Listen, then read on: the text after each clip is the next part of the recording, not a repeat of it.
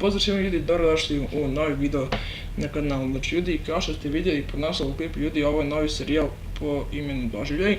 Također, prvi doživljaj će da priča Kiko, a idem da vam kažem nešto. Ako želite na sam serveru Balkan Enterprise koji se otvara za 7 dana, da budem tamo admin i da gledate kako ja specam, malo nam igrače i bit će još, koji su čitari, bit će još dosta sprnje i to.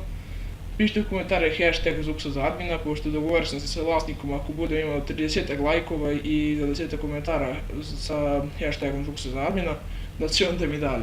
Eto ljudi, sada je vreme za Kika, tako da Kiko spremi se.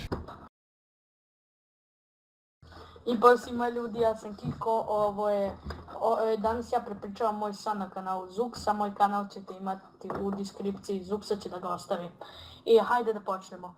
To je bila jedne zime kad sam ja u 8 sati legao da spavam, umoran jako, i ja došao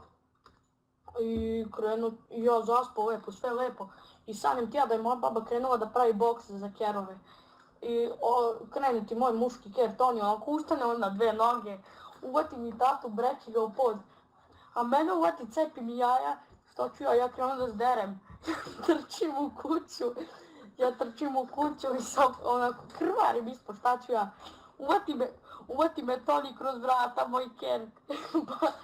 Uvati me i breči me tamo na pod. A ja letim i vidim ti ja mog brata Miloša, ovim putem ga pozdravljam.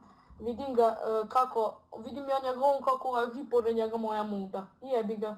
I tu se završio moj san kako sam ja pao, brat, i gledao moj muda. I to je to. Nadam se da vam se svidjela priča, ako jeste, ostavite like, share, subscribe i pozdrav!